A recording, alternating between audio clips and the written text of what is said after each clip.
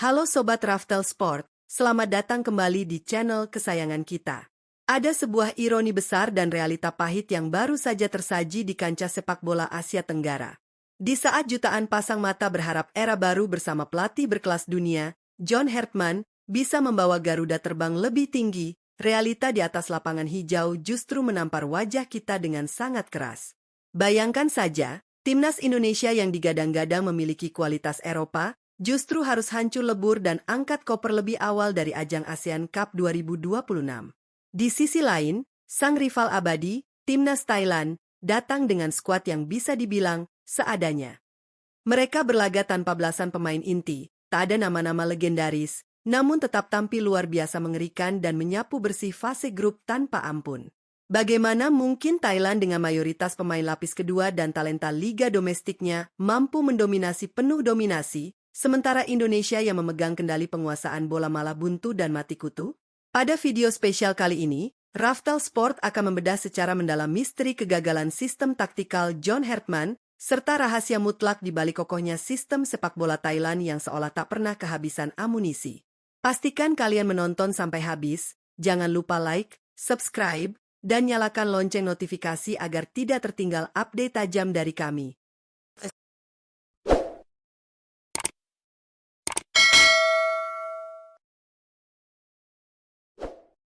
Sobat Raftel, mari kita mulai analisis ini dari data dan fakta paling update hari ini. Kita bedah klasemen akhir fase grup ASEAN Cup 2026 yang benar-benar menjadi mimpi buruk bagi publik sepak bola tanah air. Di grup A, timnas Indonesia asuhan John Hartman, pelatih yang baru menukangi tim sejak awal 2026, harus menelan pil pahit dengan finish di peringkat ketiga. Garuda hanya mampu mengoleksi 7 poin dari 4 pertandingan, hasil dari 2 kali menang, 1 seri, dan 1 kali kalah. Lini serang kita mencetak 9 gol namun gawang kita harus bobol 5 kali.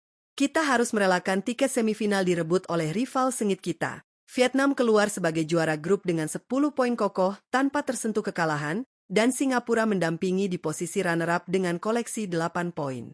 Sebuah hasil yang sangat mengecewakan mengingat besarnya beban ekspektasi di pundak Hartman.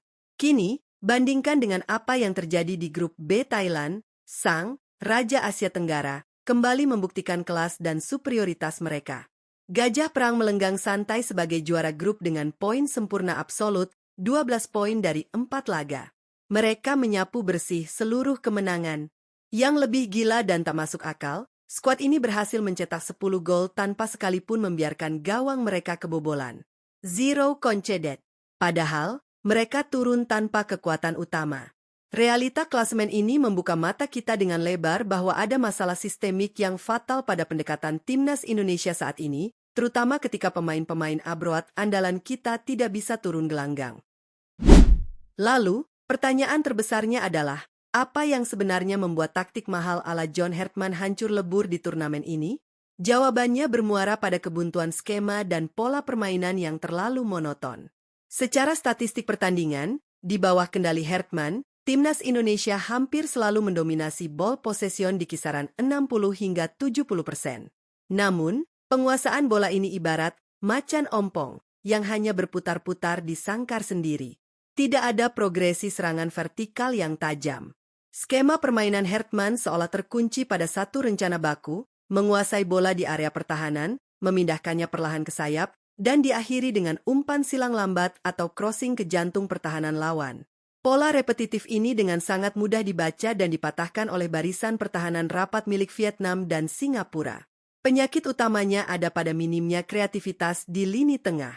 Ketika aliran bola dari playmaker terhenti oleh pressing lawan, skuad Garuda terlihat kebingungan, tanpa variasi plan B atau sosok pemecah kebuntuan dari lini kedua. Bencana sesungguhnya kemudian terjadi saat transisi negatif.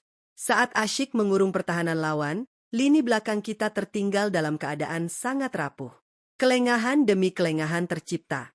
Kita menjadi saksi bagaimana transisi serangan balik kilat Vietnam memporak-porandakan blok pertahanan kita, serta kesalahan elementer penjagaan pemain yang terjadi kontra Singapura. Tanpa kehadiran susunan bek tangguh full abroad yang terbiasa dengan intensitas tinggi Eropa, terlihat jelas ada jurang kualitas dan kepanikan di jantung pertahanan Garuda. Sekarang, mari kita menyeberang dan belajar dari kubu Thailand. Ini adalah tamparan sekaligus pelajaran berharga yang wajib dipetik oleh sepak bola Indonesia. Pada ASEAN Cup 2026 ini, Thailand datang ke medan perang tanpa persenjataan utama mereka. Mereka kehilangan belasan pilar penting karena bentrok jadwal kompetisi klub dan faktor cedera. Namun, absennya para bintang ini sama sekali tidak merusak sistem gajah perang. Mengapa bisa demikian? Jawabannya adalah sistem kolektivitas absolut. Thailand bermain tidak dengan mengandalkan keajaiban individu. Filosofi permainan bola pendek, pergerakan dinamis tanpa bola, dan struktur pressing sudah mendarah daging bagaikan blueprint wajib di kepala setiap pemain. Mari kita ambil contoh striker masa depan mereka, Teerasakpui Pimai. Pemain berusia 23 tahun yang merumput untuk Port FC ini masuk ke dalam turnamen sebagai pelapis, namun justru berubah menjadi monster di kotak penalti. Teerasak tampil tanpa beban, klinis, dan sangat tajam di momen-momen krusial turnamen ini, membuktikan bahwa regenerasi talenta Thailand berjalan sempurna. Struktur permainan Thailand tetap efektif, cepat, dan disiplin. Mereka sangat fasih membaca arah pertandingan. Catatan mentereng 10 gol tanpa kebobolan adalah bukti empiris bahwa cetak biru permainan Thailand berada di dimensi yang berbeda dari tim-tim ASEAN lainnya. Sobat Raftel, perbedaan nasib bak bumi dan langit antara Indonesia dan Thailand di turnamen ini sebenarnya membuka kedok satu masalah fundamental, kualitas liga domestik. Kompetisi kasta tertinggi mereka, Thai League 1, telah terbukti menjadi pabrik penghasil pemain-pemain lokal dengan standar teknik, visi bermain, dan ketahanan fisik yang teruji di level elit Asia. Ekosistem kompetisi mereka memaksa pemain untuk bertindak cepat, akurat, dan disiplin taktik. Oleh karena itu, ketika 18 pemain inti berhalangan hadir, para pemain lokal yang dipanggil sudah memiliki modal software taktik yang kompatibel dengan pelatih tim nasional. Mereka tinggal disatukan ibarat puzzle yang sudah punya bentuk utuh. Berbanding terbalik dengan kondisi kita. Kita harus legowo mengakui bahwa ketika timnas Indonesia tidak bisa memanggil barisan pemain abroad, level permainan kita merosot drastis. Pemain-pemain yang lahir dari rahim liga lokal masih kerap kedodoran dalam hal pengambilan keputusan di bawah tekanan, decision making, stamina yang mudah anjlok, serta pemahaman taktik kompleks yang dituntut oleh pelatih sekelas John Hartman. Ini menjadi alarm keras bagi federasi bahwa mengandalkan pemain abroad semata tidak akan pernah menjadi solusi jangka panjang jika fondasi kompetisi domestik kita masih tertinggal. Faktor terakhir yang memisahkan Thailand dari tim lainnya adalah mental juara atau winning DNA. Thailand sudah berulang kali merajai ajang ini. Trofi adalah tradisi mereka. Mentalitas juara ini menular secara gaib kepada para pemain mudanya. Bermain di turnamen sekelas ASEAN Cup tidak membuat mereka demam panggung.